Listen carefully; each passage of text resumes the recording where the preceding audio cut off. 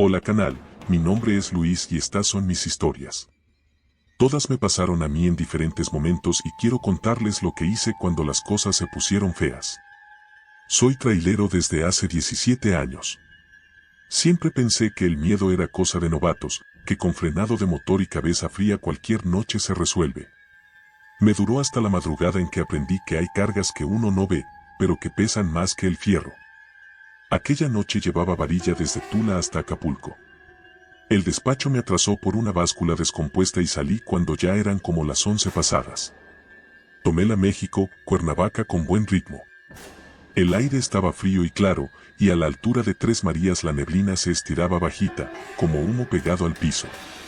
Yo iba solo. La radio de banda corta no pescaba a nadie, solo un chisporroteo que iba y venía con las curvas.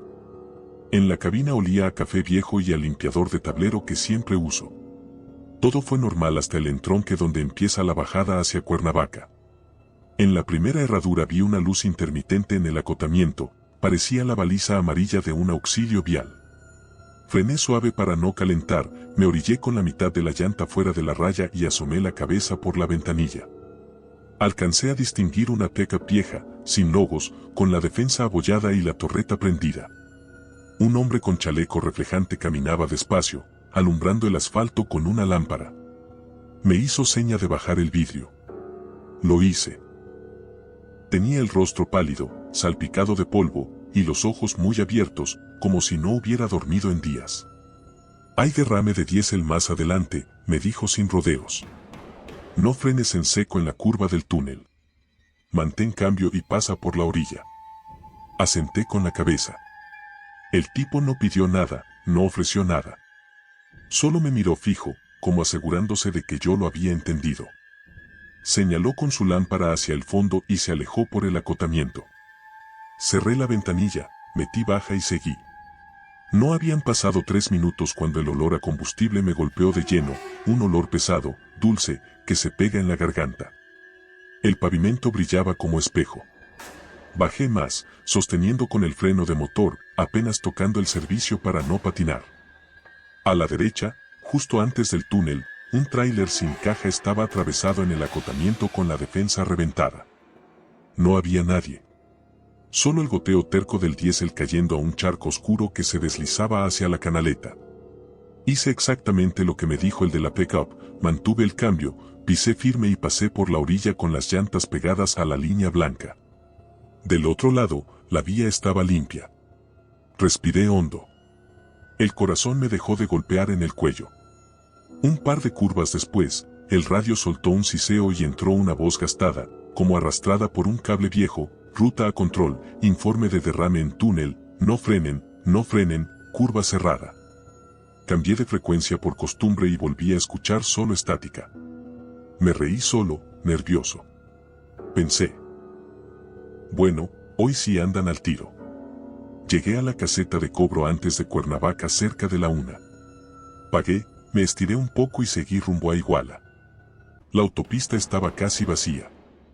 Después de un tramo largo de silencio, me dio hambre y paré en un restaurante de carretera, un comedor de esos con mosaico viejo y café que ya parece jarabe. Había 2 traileros echándose una torta y un hombre mayor viendo la tele sin sonido. Pedí huevos con chorizo.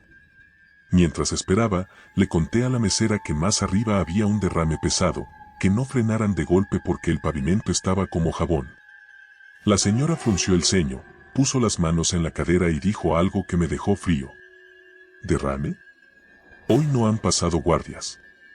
¿Dónde dijo que vio al de chaleco? Antes del túnel, en la bajada, con una pick-up vieja. Me advirtió no frenar. Me salvó, la neta. La señora se miró con el cocinero. El señor de la tele se metió a la plática sin dejar de mirar la pantalla. Ese auxilio, si trae pick-up vieja y chaleco, a lo mejor era el güero, dijo. Se mató ahí mismo hace años, cuando un doble remolque lo aventó contra el muro. Desde entonces, cada que hay diésel tirado se aparece a avisar. Me reí por compromiso, como uno se ríe cuando le cuentan un mito de ruta. Pero en el estómago sentí un hueco real. Pagué, di las gracias, subí al camión y me quedé un minuto con las manos en el volante, escuchando el tic-tic del metal enfriándose. Hice memoria, la pickup no tenía placas. La torreta parecía de esas viejas, con cubierta transparente cuarteada por el sol. El chaleco del hombre era muy reflejante, pero el resto de su ropa estaba deslavada. Y la cara tenía ese tono de piel que yo solo he visto en los velatorios, pálido que no es de cansancio. Decidí seguir. La noche se cerró más y el diseño de la autopista cambió a esas rectas interminables con lomeríos suaves. Iba pensando en el güero cuando el radio volvió a hablar solo. Esta vez no fue aviso, sino una respiración, como de alguien pegado al micrófono. Luego, un susurro, no te duermas. Apagué por completo. No iba a tolerar que mis propios nervios me jugaran en contra. Unos kilómetros antes de Iguala, a mano derecha, hay un paradero con baños y un puesto de mecánica improvisado. Me orillé para echar un vistazo a las llantas y revisar que no trajera diésel pegado en la banda de rodadura. Bajé con la lámpara. Y ahí me topé con el segundo detalle que me partió la seguridad. Sobre la tolva del piso, a la altura del eje, había huellas de suela marcadas en diésel, como si alguien con botas hubiera subido al estribo y se hubiese recargado en la puerta del conductor. No eran mías. Yo traía tenis limpios, dejé los borceguíes en el cajón desde hace meses. Toqué la mancha, estaba fresca. Miré alrededor. Nadie. Solo el zumbido lejano de una antena y el canto apagado de unos perros. Subí de un brinco, cerré, encendí. Quise convencerme, quizá era mi propia mano en aceite, quizá la imaginación. Pero mientras más me aferraba a lo lógico, más volvía la imagen del hombre del chaleco frente a mí. No quise seguir cargando la cabeza con fantasmas. Me enfoqué en el destino, Chilpancingo para amanecer, Acapulco a media mañana, descargar y vuelta. A la mitad del tramo entre Iguala y Chilpancingo, la autopista se volvió un túnel de sombras. En esas horas el monte se come el sonido. El vidrio del parabrisas se llenó de pequeñas salpicaduras de insectos. Por puro reflejo, accioné el limpia y rocié líquido. Al pasar la escobilla, algo quedó claro en el vidrio, como si el agua hubiera revelado una figura, la silueta de una mano abierta, grande, marcada con algo oscuro. Tragué saliva. La luz de mis faros encontró un señalamiento que no recordaba, una flecha pintada a brocha que decía desvío por obras a 2 kilómetros. No había conos, no había maquinaria. Nada. Solo esa flecha blanca mal hecha, clavada en una estaca. Empecé a desconfiar. Los desvíos reales no se anuncian así.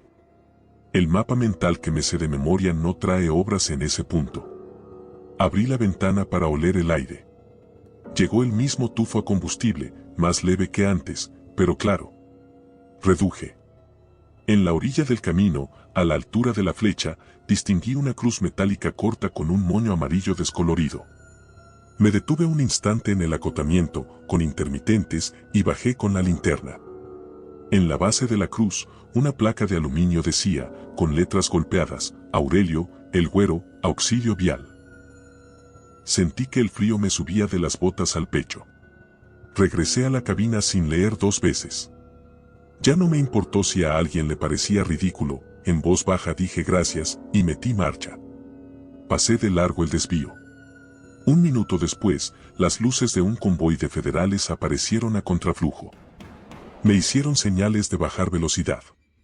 Uno de ellos me gritó desde la patrulla, moviendo el brazo con fuerza, que la curva siguiente estaba tapizada de diésel por un camión volcado y que estaban cerrando a esa hora. Me dio dirección para salir por un retorno y tomar un tramo de un carril habilitado en la lateral. Obedecí. En la curva, efectivamente, el asfalto negro brillaba con ese brillo traicionero. Un tráiler estaba acostado en la cuneta y el combustible seguía escurriendo. Imaginé a cualquiera metiéndose al falso desvío y perdiéndose entre la maleza para volver a salir justo en el espejo del charco. Comprendí que el aviso que vi no era humano ni reciente. Era la forma de alguien de seguir trabajando cuando ya nadie le paga. Entregué la carga en Acapulco sin contar nada. Dormí unas horas junto al mar con la cabeza hecha un ovillo. A media tarde, en el retorno a Tula con caja vacía, me ganó la necesidad de entender. Paré en una gasolinera que siempre uso. Al despachador viejo, que es amigo de todos, le pregunté directo por el tal Güero. El hombre se quitó la gorra, se rascó la frente y me soltó la historia completa.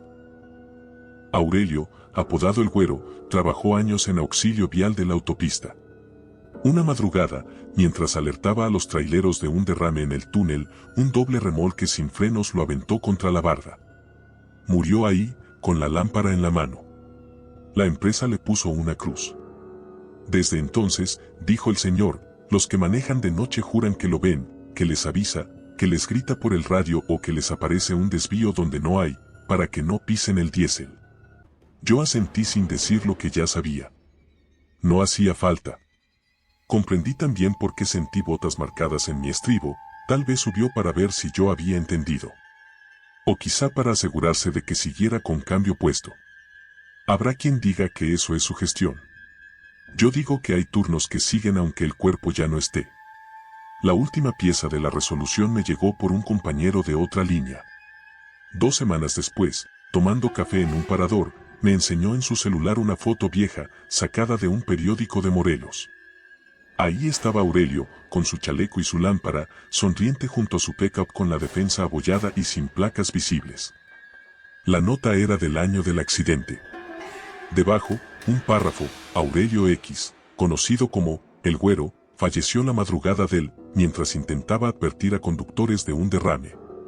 Se le recuerda por escribir a mano advertencias improvisadas cuando se quedaba sin señalamientos. Entendí la flecha pintada a brocha. Entendí la voz en el radio. Entendí que si esa noche no obedecía, tal vez yo era el que acababa en la cuneta. Desde entonces, cuando bajo hacia Cuernavaca y huele a combustible, hago 3 cosas: bajo velocidad antes de ver el brillo, mantengo cambio sin tocar freno y le digo ya voy, Güero al vidrio. No sé si él escucha. Lo que sé es que, desde aquella madrugada, llevo conmigo la sensación de que alguien más se sube a mi estribo cuando la sierra decide cobrarnos distracciones. Y sí, me persigue hasta hoy. Cada vez que paso por la cruz con el moño amarillo, siento en el cuerpo el mismo frío limpio de cuando la muerte se toma en serio su chamba, o cuando los que ya se fueron siguen haciendo la suya para que nosotros lleguemos. Esa es la resolución de lo que viví. No fue un mal rato ni un susto sin explicación. Fue un aviso concreto de un trabajador que murió en servicio. La pickup sin placas, la torreta vieja, la flecha a brocha y la voz que repite no frenes no son fantasía suelta, son la rutina que Aurelio hacía cada que el diésel convertía la bajada en trampa. Si me preguntan por qué me persigue, respondo simple, porque aquella noche me salvó, y porque en estas carreteras los favores se pagan manejando con respeto y contando la historia para que a otro no lo agarre desprevenido el brillo engañoso del asfalto. Hola canal, como bien saben, mi nombre es Luis, y esta es la segunda de las cosas que me han pasado manejando por México. Desde que empecé en esto he dicho que la carretera te enseña a respetar lo que no entiendes. Uno puede conocer el motor de memoria, el sonido de cada eje, saber en qué curva frenar y en cuál no, pero hay cosas que no están en ningún manual, cosas que no se reparan con refacciones. Esta historia ocurrió hace unos años, en la autopista Durango-Mazatlán, una de las más peligrosas que existen, pero también de las más hermosas. La mayoría la conoce por el Espinazo del Diablo, ese tramo donde el abismo y la neblina se pelean por ver quién se lleva más vidas. Yo ya la había cruzado muchas veces. Me confiaba de conocerla casi de memoria. Pero esa noche aprendí que la sierra no perdona cuando decides bajarla solo. Salí del puerto pasadas las 11. Había dejado una carga de acero en Mazatlán y regresaba vacío, directo a Durango. El cielo se veía despejado, con una luna que apenas se alcanzaba a asomar entre las nubes.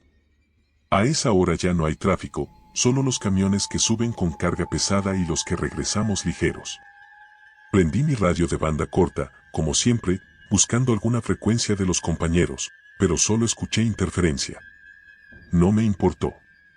Es común que la señal se pierda en los tramos donde la montaña tapa el cielo. Durante la primera hora todo fue normal. El motor respondía parejo, el clima estable. Pero justo después del túnel El Sinaloense, noté que la carretera estaba húmeda, aunque no había llovido. El pavimento brillaba como si lo hubieran lavado. Bajé la velocidad pensando que tal vez había un derrame de agua o aceite. Pero el aire olía distinto, un olor espeso, terroso, a humedad vieja, como a ropa guardada. La neblina apareció de golpe, sin aviso. Una franja blanca se formó frente al parabrisas y de pronto el mundo se redujo a lo que alumbraban mis faros. A unos 30 metros adelante, vi 2 puntos de luz. Pensé que eran los reflejos traseros de otro camión, así que mantuve la distancia. Pero las luces no se movían.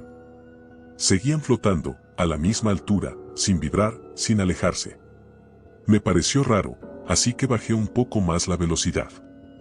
Al acercarme, me di cuenta de que no eran calaveras, ni faros, ni siquiera reflectores. Eran 2 lámparas antiguas, de esas que se colgaban en los talleres, suspendidas a unos metros del suelo. Y se movían. Se desplazaban despacio, una delante de la otra, como si alguien invisible las cargara. Mi mente trató de encontrar una explicación, tal vez alguien había dejado linternas colgadas o reflejos del humo. Pero cuando pasé junto a ellas, las lámparas se detuvieron al nivel de mi parabrisas y quedaron flotando un segundo. Las luces se reflejaron en el vidrio, y durante ese instante juraría que vi una silueta parada frente a mí, como la sombra de un niño. No esperé a comprobarlo. Apreté el acelerador y seguí. Pero apenas había pasado un par de curvas cuando escuché 3 golpes secos en la caja del tráiler, uno detrás de otro, como si alguien hubiera lanzado piedras. Frené en seco y me orillé. Bajé con la linterna, temblando más por el susto que por el frío. Revisé toda la caja, el sello intacto, los ejes bien, nada raro. Ni marcas, ni golpes nuevos. Solo silencio. Volví a la cabina intentando convencerme de que tal vez el viento había movido algo dentro. Pero al cerrar la puerta y encender las luces del tablero, me quedé sin aire. En el parabrisas, del lado del copiloto, había huellas pequeñas marcadas con polvo, como si unas manos de niño se hubieran apoyado ahí para mirar adentro.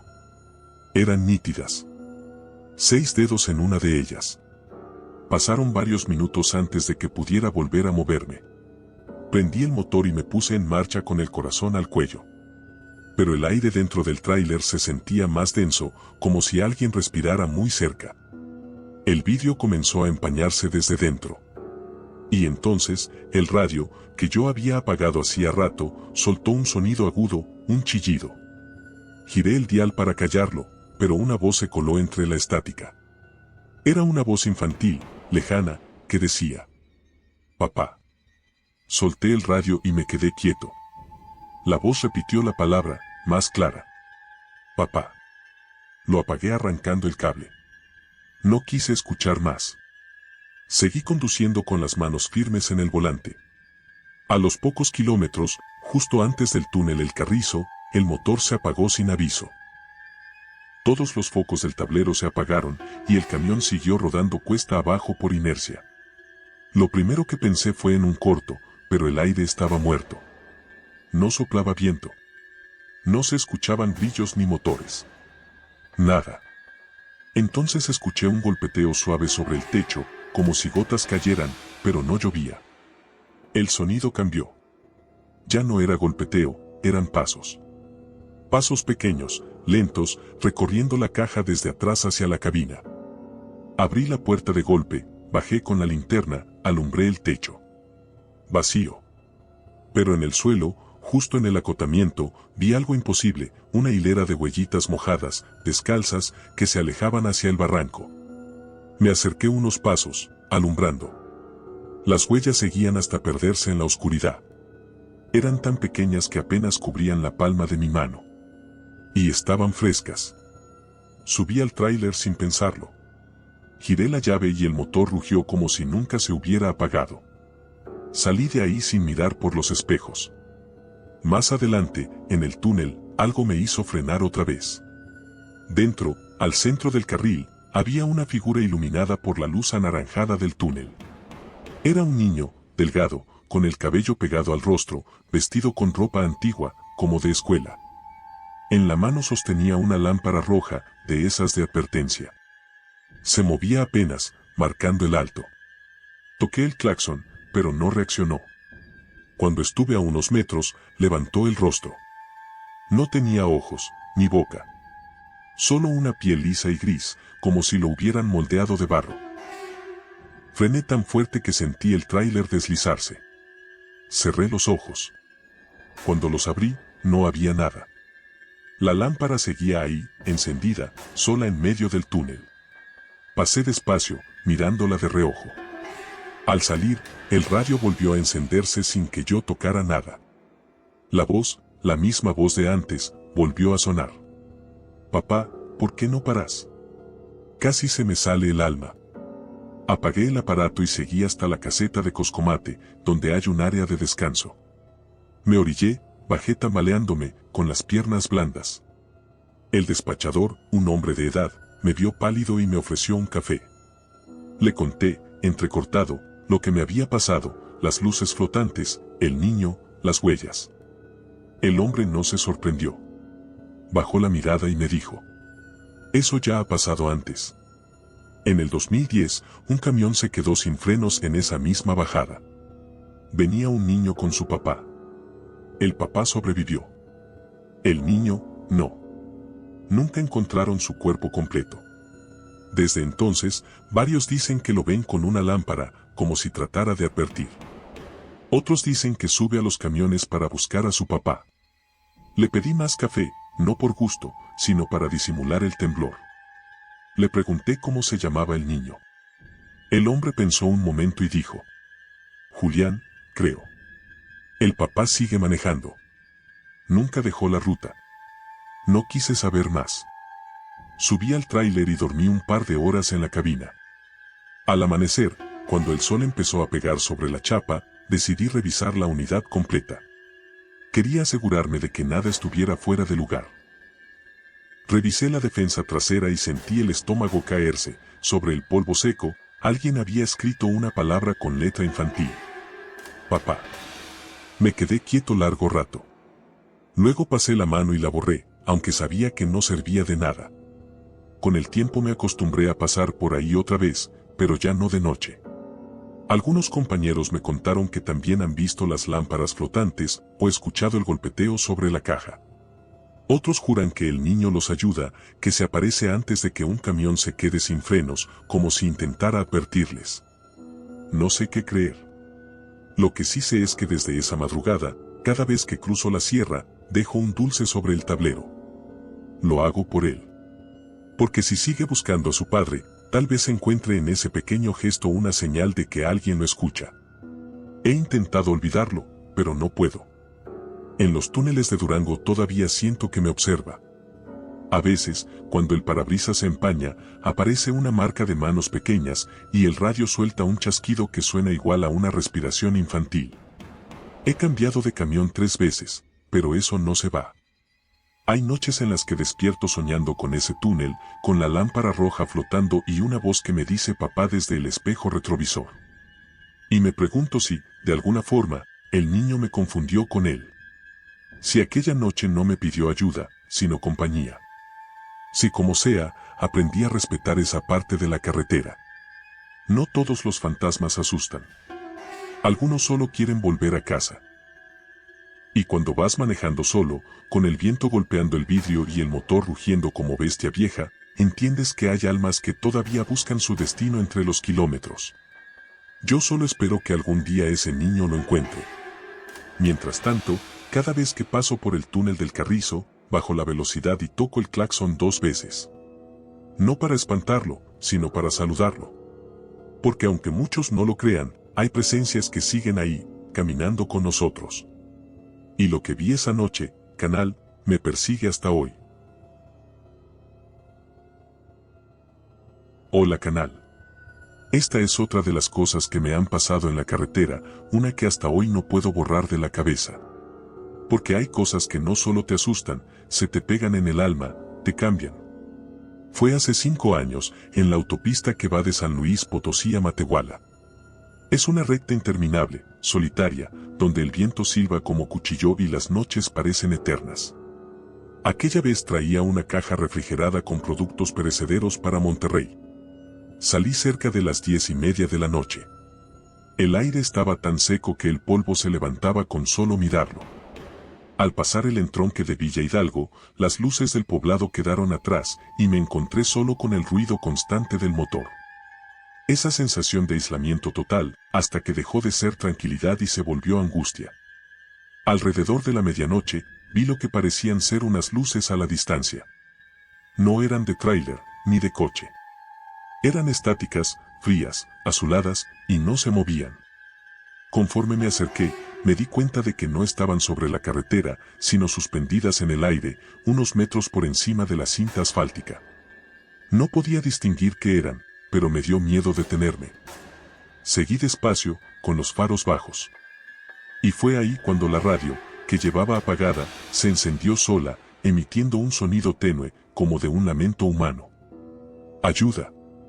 Frené por reflejo, creyendo que alguien hablaba por frecuencia. Tomé el micrófono y pregunté si había algún conductor cerca. No hubo respuesta. Solo ese ruido áspero, como si alguien respirara con dificultad. De pronto, el aire en la cabina se volvió helado. El vapor de mi respiración empañó el vidrio. Y, en el parabrisas, apareció una figura. Era un hombre. No un reflejo, un hombre entero parado frente al tráiler, mirando directo hacia mí. Llevaba un uniforme azul oscuro, con un logotipo que no alcancé a leer. El rostro lo tenía cubierto de polvo blanco y el casco caído sobre la frente. Se movía apenas, como si estuviera tambaleando. Toqué el claxon, pero no reaccionó. Lo alumbré con los faros y vi que el cuerpo terminaba a la altura del abdomen, de la cintura para abajo, era pura sombra. Puse reversa para alejarme. Pero cuando giré el volante, vi algo que me dejó sin aire. A los lados de la carretera había cascos de seguridad tirados por todas partes y manchas oscuras en el pavimento. Y más adelante, en el mismo lugar donde el hombre se había aparecido, la cinta estaba levantada como si hubiera explotado desde dentro. El radio volvió a emitir sonido. Esta vez, una voz más clara. No pases. No dudé. Frené y me orillé. Bajé con la linterna, aunque cada parte de mí pedía no hacerlo. El viento pegaba fuerte y el aire olía a gas quemado. Caminé unos metros hasta ver la causa de todo, un cráter pequeño, lleno de lodo y metal retorcido. Entre los escombros había un letrero chamuscado que decía Gasera Peña, instalación provisional. En ese momento, sentí pasos detrás de mí. Me giré con la linterna. No había nadie. Pero el aire estaba cargado, eléctrico, como antes de una tormenta. De repente, se escuchó una voz baja, justo a mi espalda. Nos dejaron aquí. Salté del susto. Corrí al tráiler, subí de un brinco y cerré la puerta. Encendí el motor y salí disparado sin mirar atrás. Mientras aceleraba, la radio volvió a prenderse. Entre los chasquidos, la misma voz, más desesperada. Nos dejaron aquí. Apreté el botón para apagarlo, pero no respondía. De pronto, un olor fuerte llenó la cabina, gas, puro gas. Empecé a marearme. Bajé la ventana para respirar y el aire frío me golpeó la cara. Al mirar por el espejo lateral, vi algo imposible. Había varios hombres corriendo detrás del tráiler, todos con cascos, cubiertos de polvo blanco, moviendo los brazos como si intentaran alcanzarme. Pero no hacían ruido. No se escuchaban los pasos, ni la respiración. Aceleré más, cambiando de marcha sin soltar el pedal. Las figuras se desvanecieron con la distancia. Y justo cuando pensé que todo había terminado, una explosión iluminó el cielo a mis espaldas. El ruido fue tan fuerte que el camión vibró. Me detuve unos segundos más adelante y miré por el espejo. Un resplandor naranja cubría el horizonte. Pensé que tal vez otra pipa había explotado. Pero cuando al día siguiente revisé las noticias, no había ningún reporte de incendio. Nada. Llegué a Monterrey sin dormir. Al entregar la carga, uno de los despachadores me preguntó por qué mi tráiler olía a gas. Le conté lo que había pasado y se persignó. Luego me dijo: esa zona, la de la gasera. Hace años hubo un accidente grande ahí. Se reventó una pipa y mató a todos los obreros. Nunca los sacaron completos. Dicen que todavía salen a la carretera a pedir ayuda cuando alguien pasa solo. No quise escucharlo más. Pero no pude quitarme el olor a gas del cuerpo durante días. Sentía que se me había metido en la piel. Semanas después, tuve que volver a pasar por esa ruta. Era de día, así que me tranquilicé un poco. Pero al acercarme al kilómetro 180, noté algo que me dejó helado. Al costado derecho, justo donde vi al hombre aquella noche, había una cruz metálica enorme, con cascos colgando de los brazos. Eran 9. En la base, una placa oxidada, a los trabajadores de Gasera Peña, fallecidos en servicio 1998. Estacioné el camión unos minutos. Me bajé, caminé hasta la cruz y dejé una moneda junto a la placa. Me quedé mirando el horizonte, recordando la voz en la radio, el olor, la sombra. No soy hombre de rezos, pero en voz baja dije, ya no están solos. Desde entonces, cada que paso por ahí, lo hago despacio, sin música ni radio. Si el viento sopla muy fuerte, a veces creo escuchar entre el ruido una voz que dice, nos dejaron aquí. Y no sé si me lo dicen a mí o a cualquiera que los escuche. Pero juro que cuando eso pasa, el camión se siente más liviano, como si por un momento dejara de arrastrar el peso de los fantasmas. Yo sigo en la carretera, con mi vida normal, pero esa noche me persigue hasta hoy. Porque cada vez que huelo gas, cada que veo una lámpara de seguridad titilando en la oscuridad, me vuelve la misma imagen, 9 hombres cubiertos de polvo, corriendo detrás del camión, pidiendo que no los olvide. Y aunque pasen los años, no puedo hacerlo. Porque los que morimos un poco cada noche en la carretera sabemos que hay almas que no se van hasta que alguien les escucha. Hola canal, esta es la última historia que quiero contarles, una de esas que no solo me asustó, sino que me hizo entender que en la carretera no solo se transportan cosas, también se cargan recuerdos, promesas y culpas. Fue en la ruta de Chihuahua hacia Ciudad Juárez, a finales de 2019. Había aceptado un viaje nocturno con una carga liviana, solo para no quedarme parado. Era pleno invierno, y el viento levantaba polvo helado del desierto. La carretera estaba vacía, tan recta que parecía no tener fin. Es un tramo que da sueño, porque el paisaje no cambia, arena, piedras y más arena. Pero esa noche, la monotonía escondía algo. Eran las 11:30 cuando salí de un pequeño parador en Villa Ahumada. Llevaba café recién hecho y el radio encendido en frecuencia corta, escuchando conversaciones sueltas de otros conductores. Todo tranquilo. Pero al pasar el kilómetro 200, noté que la temperatura dentro de la cabina bajó sin motivo. Me envolví mejor la chamarra y seguí. A lo lejos, vi una luz blanca muy intensa, como de un faro, justo al centro del camino. Pensé que era una patrulla o un retén, así que reduje velocidad. Pero la luz no se movía ni mostraba forma.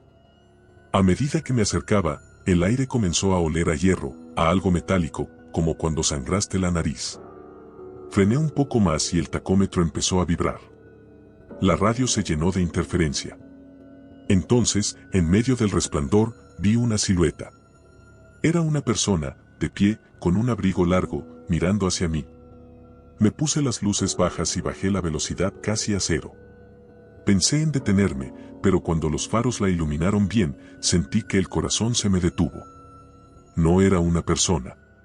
O no del todo. El cuerpo era delgado, casi huesudo. El rostro, pálido, con una expresión inmóvil. En las manos llevaba una maleta vieja, de cuero negro, y un sombrero oscuro que apenas dejaba ver sus ojos. No se movía. Solo me observaba. Pasé junto a él despacio, con el estómago apretado.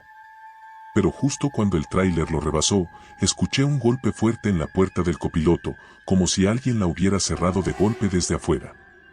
Miré el espejo y la figura había desaparecido.